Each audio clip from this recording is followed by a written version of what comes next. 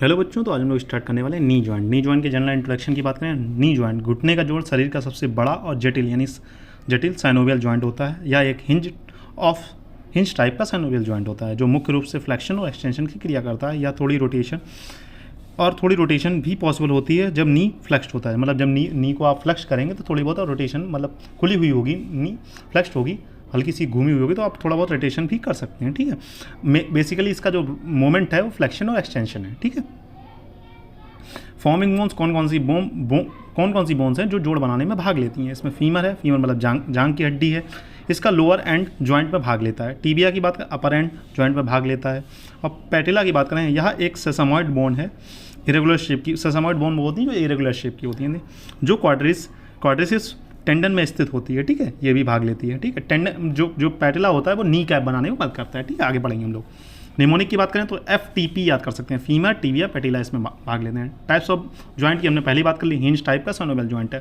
Function like door, जैसे हमारा दरवाजा खुलता है उसी प्रकार से, जैसे नी आगे की ओर होती है, आगे की ओर जाता है, पीछे की ओर आता है। ठीक है, functions like door, hinge allow flexion और एक्सटेंशन। इसमें कौन कौन से फ्लेक्शन और एक्सटेंशन होता है। आर्टिकुलर सर्फेसिस की बात करें तो इसमें femoral condyles medial and lateral दोनों नीचे की तरफ कर्व होती हैं। ठीक है, इसमें फीमोरल कॉन्डाइल्स होती हैं।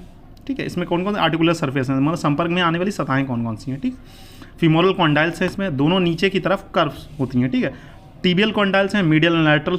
ठीक है, रिलेटिवली फ्लैट होती हैं। और पैटिला, इसका पोस्टीरियर सरफेस फीमर से आर्टिकुलेट करता है। इस तो पटीला है, उसका फीमर सरफेस, उसका जो पोस्टीरियर सरफेस है वो फीमर के साथ आर्टिकुलेट करता है। कैप्सूल की बात करें तो कैप्सूल में क्या, जॉइंट कैविटी को एक फाइब्रेसस कैप्सूल घेरती है। जॉइंट कैविटी जो पूरी कैविटी बन रही है उसे एक फाइब्रस कैप्सूल घेरती है। पोस्टली यह कैप्सूल मजबूत होता है, एंट्रली में पटीला होता है।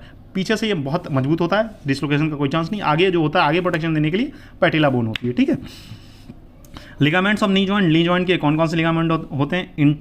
इंट्रा कैप्सुलर लिगामेंट, कैप्सूल के अंदर। ACL anterior cruciate ligament, tibia को एंटीरियर ट्रांसलेशन से बचाता है, मतलब एंटीरियर ट्रांसलोकेशन से बचाता है। ठीक है, PCL posterior cruciate ligament, tibia को पोस्टीरियर ट्रांसलेशन से बचाता है, मतलब टीबिया को ना आगे बहुत ज़्यादा आगे जाने देता है और ना बहुत ज़्यादा पीछे जाने देता है। ठीक है, एंटीरियर वाला आगे नहीं जाने देता है, पोस्टीरियर वाला पीछे नहीं जाने देता। ठीक है, निमोनिक्स की ACL आगे रोको, PCL पीछे रोको। ACL को आगे रोको, PCL को पीछे रोको। ठीक है, पीछे रोकता है और आगे रोकता है। ठीक है, एक्स्ट्रा कैप्सुलर लिगामेंट क्या करता है, कैप्सूल के बाहर होता है। MCL मीडियल कोलेटरल लिगामेंट होता है, मीडियल स्टेबिलिटी प्रोवाइड करता है, मीडियल साइड में स्टेबिलिटी प्रोवाइड करेगा, मीडियल साइड डिसलोकेशन नहीं होने देगा। ठीक है, LCL लैटरल कोलेटरल लिगामेंट, ये लैटरल स्टेबिलिटी करेगा। तो आगे पीछे दाएं और बाएं सारे हमने पढ़ लिए। तो पहले कौन सा पढ़ा था हमने, पहला पढ़ा इंट्रा कैप्सुलर लिगामेंट। ठीक है, इसमें ACL था एंटीरियर, फिर PCL था। ठीक है, ACL आगे रोको, PCL पीछे रोको। ठीक है, इंट्रा कैप्सुलर लिगामेंट्स मतलब कैप्सूल के बाहर की बात कर ली, फिर आपके कैप्सूल के अंदर। तो मीडियल को लैटरल लिगामेंट मीडियल साइड में स्टेबिलिटी प्रोवाइड करेगा, लैटरल को लैटरल लिगामेंट लैटरल साइड में स्टेबिलिटी प्रोवाइड करेगा। पैटिलर लिगामेंट क्या करेगा, पैटिला को टीबिया से जोड़ता है। ये क्या करता है, पैटिला को टीबिया से जोड़ता है। ठीक है, मेनिस्कस क्या होता है, कार्टिलेज डिस्क जो टीबिया के ऊपर स्थित होती है। ये कार्टिलेज डिस्क होती है जो टीबिया के ऊपर स्थित होती है। दो प्रकार की होती हैं, मीडियल मेनिस्कस C शेप्ड होती है और लैटरल मेनिस्कस। सिर्फ नाम याद रखेंगे, इतना काफ़ी है आप लोगों के लिए। ठीक है, C शेप्ड होती है। फंक्शन क्या होता है इसका, मेनिस्कस का मेन फंक्शन क्या है। ठीक है, shock absorption, joint stability, joint congruity बढ़ाना, मतलब जॉइंट को कॉन्फ़िगरेशन अच्छा ठीक रखता है। पहले तो ये शॉक अब्जॉर्ब करता है, जैसे हम लोग कभी कभी ऐसा हो ना, नी जॉइंट पे एकदम जर्क लगता है तो उस शॉक को अब्जॉर्ब कर लेगी। जॉइंट की स्टेबिलिटी को प्रोवाइड करता है और जॉइंट कॉन्ग्यूरिटी को बढ़ाता है। ठीक है, बर्सा थैली जैसी संरचना, फ्लूइड फिल्ड, मैंने कई बार पहले भी लेक्चर में बताया है कि फ्लूइड फिल्ड सैक होता है जो कि फ्रैक्शन को मेनली कम करता है। ठीक है, मुख्य इसमें मेजर कौन कौन सी हैं, सुप्रा पैटिलर बर्सा मतलब पटीला के ऊपर bursa, pre patellar bursa, infra patellar bursa और प्री एनिस्रीन बर्सा। ठीक है, सिर्फ आप तीन पटीला से रिलेटेड है ना, तो वही याद कर लो, सुप्रा पैटिलर बर्सा, प्री पैटिलर बर्सा और सुप्रा पैटिलर बर्सा, इंफ्रा पैटिलर बर्सा और प्री पैटिलर बर्सा। इतना काफ़ी रहेगा आप लोगों के लिए। ठीक है, मोमेंट ऑफ नी जॉइंट, घुटने की गति कौन कौन सी होती है, फ्लेक्शन, मुख्य मांसपेशियाँ, मतलब इसमें कौन कौन सी मसल्स पार्टिसिपेट करती हैं। हेमिस्ट्रिंग में कौन कौन सी है, बाइसेप्स फीमोरिस, सेमीटेंडनस और सेमीमेम्ब्रेनस, मतलब फ्लेक्शन के लिए कौन सी रिस्पॉन्सिबल है, हेमिस्ट्रिंग। ठीक है, एक्सटेंशन के लिए मुख्य पेशियाँ हैं क्वाड्रिसेप्स फीमोरिस। ठीक है, मिडिल रोटेशन के लिए फ्लेक्स्ड पोजीशन में संभव होता है। लैटरल रोटेशन फ्लेक्स्ड नी में होता है, ऐसे क्रॉस लेग, जैसे क्रॉस लेग बैठना, जैसे एक टांग को दूसरी टांग के ऊपर रख के हम लोग बैठते हैं, उसमें ये संभव हो पाता है। ठीक है। ब्लड सप्लाई की बात करें तो जेनिकुलर आर्टरीज से सप्लाई होती है। कौन सी आर्टरी से सप्लाई होती है? जेनिकुलर आर्टरीज से सप्लाई होती है। Superior medial genicular artery, superior lateral genicular artery, inferior medial genicular artery, inferior lateral genicular artery. Superior और इंफीरियर कर लो, medial genicular artery, lateral genicular artery, medial genicular artery, lateral genicular artery. तो trick क्या है? Genicular arteries याद कर लो, superior inferior, ठीक है, superior medial lateral, superior lateral, ठीक है, याद हो जाएगा। तो ठीक है, medial genicular artery, middle genicular artery हो जाएंगे। ठीक है। Mnemonic Superman loves Indian movies, मतलब superior medial lateral inferior medial middle, Superman loves Indian movies. ठीक है।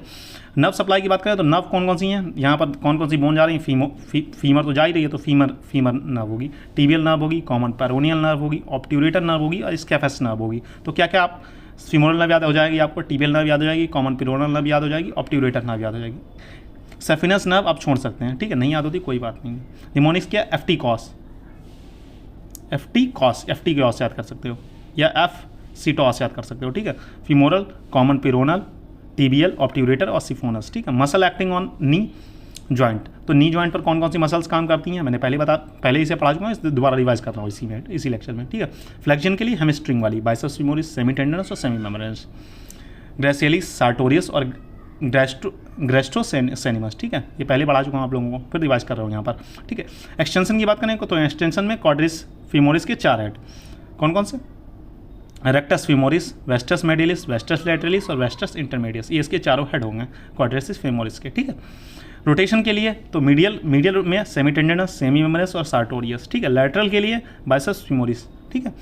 क्लिनिकल एनाटॉमी की बात करें तो लिगामेंट इंजरी होते हैं, एसीएल टीयर बहुत कॉमन है, एंटीरियर क्रूशिएट लिगामेंट का बहुत मतलब टीयर बहुत कॉमन है, मतलब बहुत जल्दी ये फट जाता है। ठीक है। स्पोर्ट्स इंजरी में होता है, कहाँ पर होता है? स्पोर्ट्स इंजरी में। सिम्टम्स क्या होंगे? पेन होगी, इनिशियलिटी होगी और स्वेलिंग वगैरह देखी जाएगी। ठीक है। मेनिस्कल इंजरी किस में देखी जाती है? ये ट्विस्टिंग मोशन में होता है। ठीक है।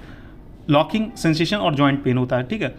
हाउसमेट नी, ये क्या होता है? प्री पैटुलर बर्साइटिस देखने को, मतलब बर्साइटिस मतलब इन्फ्लामेशन हो जाएगा, मतलब घुटना होगा जो सूज जाएगा। ठीक है। लॉकिंग, लॉन्ग नीलिंग में वर्षा में सूजन, लॉन्ग नीलिंग में वर्षा में सूजन। ठीक है। बहुत ज़्यादा समय तक नील डाउन होकर आप काम कर रहे हो, इसलिए हाउस मेड वर्षा, मतलब हाउस मेड होती है वो पोछा वोछा लगा के नी के बैठ के लगाती हैं, इसलिए इसे हाउस मेड नी के नाम से जाना गया। ठीक है।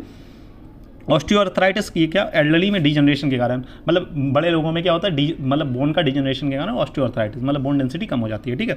इसमें क्या क्या सिम्टम्स देखने को मिलेंगे? पेन देखने को मिलेगा, स्टिफनेस देखने को और रिड्यूस मोबिलिटी, मतलब मूवमेंट में काफ़ी दिक्कत आएगी। जेन्यू वर्सम एंड जेन्यू वैगलम। जेन्यू वर्सम मतलब बो लेग्स, मतलब जो नी है, मतलब जो लेग्स हैं वो एक दूसरे से की तरफ, मतलब किसी ने नहीं होता, जो लेग्स होती हैं वो ज़्यादा बाहर की ओर हो जाती हैं। ठीक है। और जेन्यू वैगलम मतलब नॉक नी तो सब जानते हैं, नॉक नी का जस्ट उल्टा, मतलब नॉक नी में अंदर की ओर आ जाता है और बो लेग्स में, तो जेन्यू वैरम मतलब बो लेग्स मतलब बाहर की हो जाएगा, और जेन्यू वैलगम मतलब नॉक नीज। ठीक है। पैटिला डिसलोकेशन, पैटिला यूजुअली लैटरल डायरेक्शन में डिसलोकेट होती है, तो पैटिला किस डायरेक्शन में होती है? लैटरल डायरेक्शन में डिसलोकेट होती है। तो हम लोग आयुर्वेदिक को थोड़ा कॉन्सेप्ट पढ़ेंगे। ठीक है। आयुर्वेदिक नी जॉइंट को जानुसंधि कहा गया है। ठीक है, ये तो सब जानते हैं। दोष, वात दोष विशेष रूप से घुटने की समस्या में प्रधान भूमिका निभाता है। जितने भी अस्थि से रिलेटेड डिसऑर्डर्स होंगे उनमें वात दोष ही प्रधान होगा। ठीक है। संधिगत वात एक बीमारी है जो कि पाई जाती है घुटनों में घुटने में दर्द, सूजन, चलने में कठिनाई, इसे आधुनिक भाषा में ऑस्टियोआर्थराइटिस कहते हैं। तो संधिगत वात को हम लोग क्या कहते हैं? Osteoarthritis. Osteoarthritis age related problem है, तो इसके ठीक है। ऑस्टियोआर्थराइटिस हम लोगों ने पढ़ा एल्डरली में डिजनरेशन के कारण होता है। ठीक है। उसी को हम लोग अगर आयुर्वेद की भाषा में तो उससे संधिगत वात कहा जाता है। ठीक है। आयुर्वेदिक उपचार तो इनका कैसे इलाज करेंगे? तो स्नेहन कर सकते हैं, मतलब तेल से मालिश करेंगे, इसमें नारायण तेल और महास्निग्ध तेल का इस्तेमाल कर सकते हैं। स्वेदन जांघों में विशेष रूप से किया जाता है। ठीक है। स्वेदन तो आपने पढ़ा ही होगा। बस्ती विशेष रूप से बात नियंत्रण के लिए, मतलब बात को रोकने के लिए, अगर बात बहुत ज़्यादा एग्रीवेटेड, बहुत ज़्यादा पेन हो रहा तो फिर बस्ती देते हैं हम लोग। लेप और उपनाह बाहरी औषधि प्रयोग, मतलब लेप वगैरह लगाते हैं हम लोग। ठीक है। रसायन थेरेपी जॉइंट नरिशमेंट के लिए, अब जॉइंट बहुत ज़्यादा डिजनरेट हो गया तो फिर हम लोग रसायन औषधियों का सेवन कराते हैं जॉइंट डिजनरेशन के लिए। ठीक है बच्चों। तो हम लोग अब इस डायग्राम से पढ़ते हैं। देखिए ये जो पीछे से मसल आई है कौन सी है? सार्टोरियस है। ठीक है। यहाँ पर देखिए आप, इसके ऊपर जो चल रहा होगा ऊपर वाली बोन के ऊपर, फीमोरस के ऊपर क्या? रेक्टस फीमोरिस टेंडन चल रहा है। यहाँ पर कॉन्डाइल्स हैं, यहाँ पर ये क्या प्री पैटेलर बर्सा है, मतलब पैटेला के जस्ट प्री पैटेलर बर्सा है, ठीक है। ये क्या है, टेंसर फेशिया लाटा है, TFL है, ठीक है। ये क्या, पटीलर लिगामेंट जिससे पटीला का डेवलपमेंट हुआ है, ठीक है। Medial patellar ligament, tibial collateral ligament, ये देखिए ये है tibial collateral ligament. Deep infrapatellar bursa, ये बर्सा है फुल, ये शॉक को अब्जॉर्ब करने में मदद करेगी, फ्रिक्शन को कम करने में मदद करेगी। ये नीचे जो बोन देख रहे हैं आप, टीबिया है, ठीक है। ये है हमारा ज्वाइंट, जो सिंपल मतलब सिंपल भाषा में डायग्राम जो बना सकते हैं, ठीक है।